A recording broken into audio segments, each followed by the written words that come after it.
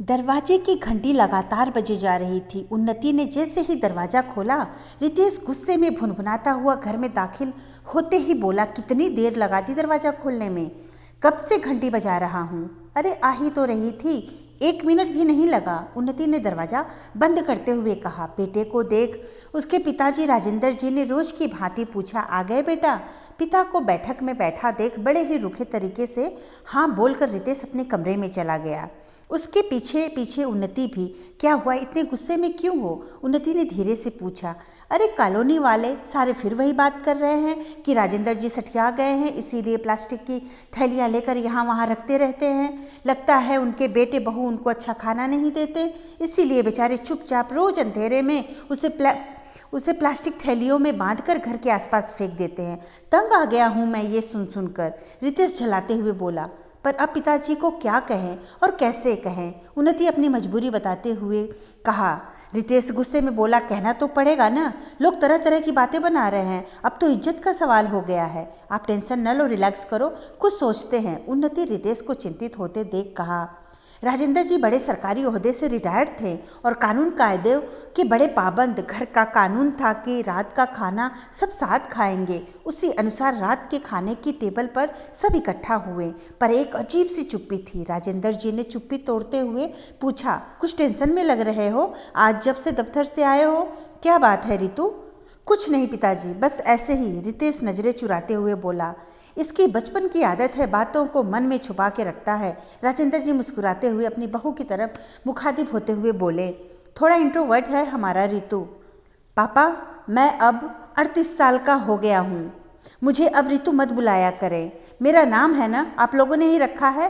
रितेश अपने गुस्से को थोड़ा संयत करते हुए बोला। अरे तुम तो हमारे लिए हमेशा रितु ही रहोगे, बच्चे कब माँ बाप के लिए बड़े होते हैं? राजेंद्र जी की आवाज़ में संतान के लिए मोह और वात्सल्य साफ छलक रहा था। रितेश को इन बातों में जरा भी रुचि नहीं आ रही थी। वो नीचे नज़र किए अपना खाना खाता रहा। राजेंद्र जी उसे देख थोड़ा मुस्कुराए और बोले, मुझे पता है तुम क्यों परेशान हो, इसीलिए ना कि कॉलोनी वाले कह रहे हैं कि राजेंद्र जी पागल हो गए हैं, सठिया गए हैं, या उनके बेटे बहू उनको अच्छा खाना नहीं देते, इसीलिए वो खाना थैलियों में भरकर यहाँ वहाँ फेंक देते हैं। यही बात है ना? ये सुनकर उन्नति और रितेश सन्न रह गए। उन्नति ने कहा, नहीं नहीं ऐसा नहीं, पर वो पिताजी असल में। उसको अटकता देख राजेंद्र जी ने कहा, बहू मुझे पता है कि यही बात है, तुम दोनों को परेशान किए जा रही है। क्यों, सही कह रहा हूँ ना? वो पिताजी आज भी कुछ लोग कह रहे थे कि। रितेश कहते कहते रुक गया। क्या तुम्हें भी लगता है कि मैं सठिया गया हूँ, या मुझे तुम्हारा दिया खाना अच्छा नहीं लगता और मैं तुम्हारी नज़रों से बचा के खाना फेंक देता हूँ? राजेंद्र जी दोनों की तरफ देखते हुए पूछा। नहीं नहीं ऐसा नहीं है, दोनों सम्मिलित स्वर में बोल उठे। पर पिताजी आप ऐसा क्यों करते हैं? रितेश ने हिम्मत जुटाते हुए पूछा। अपने चिर परिचित मुस्कान के साथ राजेंद्र जी बोले, जवाब चाहिए तो सुबह 6 बजे मेरे साथ छत पर चलना। छत पर क्यों? रितेश जिज्ञासावश पूछ बैठा। ये तो सुबह ही पता चलेगा, राजेंद्र जी थोड़ा शरारती अंदाज में बोले। तय प्रोग्राम के मुताबिक राजेंद्र जी और रितेश सुबह जल्दी छत पर पहुंचे और ऐसे जगह खड़े हो गए जहां से नीचे के लोग आसानी से न देख सकें। थोड़ी देर बाद वहां पर कचरा बिनने वाली लगभग एक 25 साल की औरत, जिसके गोद में एक दूध मुँहा बच्चा और साथ में एक 5-6 साल की बच्ची आई। औरत और बच्ची ने थैला बिनना शुरू किया। एक थैली में खाना देख बच्ची की आंखों में चमक सी आ गई। अपनी माँ की तरफ देखते हुए बोली, माँ खाना। दोनों ने जल्दी से खाने की थैलियाँ अपने थैले में डाली और वहाँ बिखरी बाकी थैलियाँ जल्दी जल्दी बिनने लगी और फिर वहाँ से चली गई। राजेंद्र जी ने रितेश के कंधे पर हाथ रखते हुए कहा, ये लोग गरीब जरूर हैं पर भीख नहीं मांगते हैं, खुददार हैं। थैलियाँ जमा करके उसे प्लास्टिक बनाने वाली कंपनियों को बेचकर अपना गुजारा चलाते हैं। वैसे इससे गुजारे लायक पैसा तो नहीं कमा पाते हैं ये लोग, पर किसी के आगे हाथ नहीं फैलाते। कभी सोचा है तुमने कि भगवान ने हमें ऐसा आराम का और इनको ऐसा कठिन जीवन क्यों दिया? रितेश बोला, नहीं पता पिताजी, इसका जवाब किसी के पास नहीं है। ऊपर वाला जैसे भी जीवन हमें दे, हमें उसे जीना पड़ता है। सबका अपना अपना एक संघर्ष है। राजेंद्र जी बोले जा रहे थे, अगर भगवान ने इनका जीवन ज़्यादा संघर्ष वाला दिया है और हमें कम संघर्ष का, तो यह हमारी जिम्मेदारी बनती है कि हम उनके संघर्ष को कम करने में उनकी मदद करें।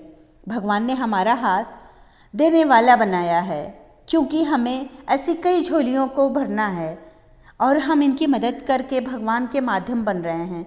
तुमने देखा उस औरत की गोद में एक दूध पीता बच्चा और साथ में एक छोटी बच्ची थी। तुम्हें लगता है कि उस दूध पिलाने वाली माँ और उसके बच्चे को पौष्टिक और स्वादिष्ट तो छोड़ो, क्या 2 वक्त का खाना भी मिलता होगा? और पता है तुम्हें ये लोग कहाँ रहते हैं? राजेंद्र जी आगे कहने लगे। वो सामने की ब्रिज दिख रहा है न, उसी के नीचे सर्दी गर्मी बरसात सब मौसम सहते हैं। क्यों है उनका जीवन ऐसा, ये शायद उनको भी नहीं पता। इसीलिए मैं ये थैलियाँ जमा कर यहाँ वहाँ रख देता हूँ और कई थैलियों में खाना भी डाल देता हूँ, कभी रोटी कभी नमकीन बिस्कुट, क्योंकि ये लोग जैसा मैंने बताया खुददार और मेहनती भी, किसी से मांगेंगे नहीं, इसीलिए थोड़ी मदद मैं कर देता हूँ जिससे इनका काम थोड़ा आसान हो जाए। ये लोग भी इंसान हैं, इन्हें भी जीने का हक है। हम धार्मिक स्थानों पर लाखों का चढ़ावा चढ़ाकर सोचते हैं कि हम भगवान को खुश कर रहे हैं, पर शायद नहीं। भगवान तो तब खुश होंगे जब हम इन लोगों के जीने में मदद करें, उनका सहारा बने और उन्हें एक इंसान समझ सम्मानजनक जीवन जीने में सहायता करें। हमें आदमी की बजाय इंसान बनना पड़ेगा और इंसान को इंसान के काम आना चाहिए। पिता की बात सुनकर रितेश की आंखें भर आईं। कहने लगा, पिताजी मुझे माफ़ कर दीजिए, हम लोग आपको गलत समझ बैठे। बेटा गलती तुम्हारी नहीं है, आमतौर पे हम लोगों की बातों में आकर बिना सत्यता का पता लगाए ही एक निष्कर्ष पर पहुंच जाते हैं। इसीलिए पहले सोचो समझो परखो और फिर किसी पर निर्णय पर पहुंचो। राजेंद्र जी ने बेटे की तरफ मुस्कुराते हुए कहा। रितेश अपने पिता से लिपटकर माफ़ी मांगने लगा। अपने पिता के लिए मन में जो भी गलतफहमी और गुस्सा था सब खत्म हो गया था। धन्यवाद दोस्तों, कहानी अच्छी लगी तो लाइक और सब्सक्राइब जरूर करिएगा और कहानी अपने दोस्तों को शेयर भी जरूर करें।